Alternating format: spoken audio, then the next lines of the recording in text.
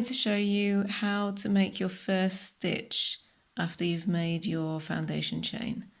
So you might be able to see that each chain, is made up of 3 loops. So you have this top loop here, this bottom loop, and then you have one at the back loop there. So you could work into this top loop here and make your stitch in there.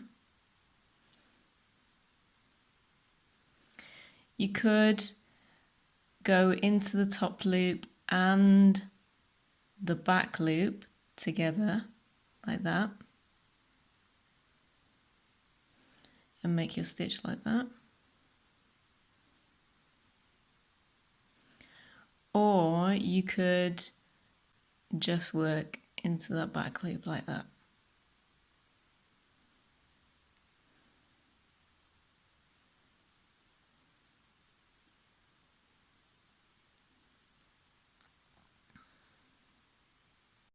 I've made 3 different samples to show you the difference between each way of working the first lot of stitches.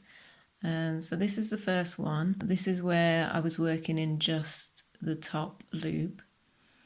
So you can see here it's quite open at the bottom, there's a lot of gaps, it's a bit looser.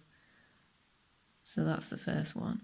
This second sample was working into both the top loop and the back loop together.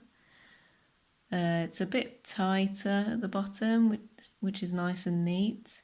This is the way I usually work my stitches. And the third sample shows just working into the back loop, and you get this edge that resembles the top. So it comes out the same. So if you want the end of your work to look like the beginning, then that's the way to do it, to work into the back loop. So this one you just get a line of loops, and this one you have that nice V shape that you have on the top. So just to go through it one more time, so we can work into the very top loop here,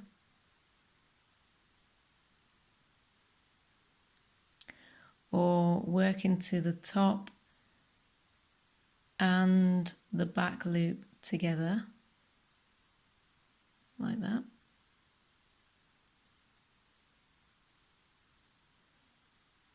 Or just into the back loop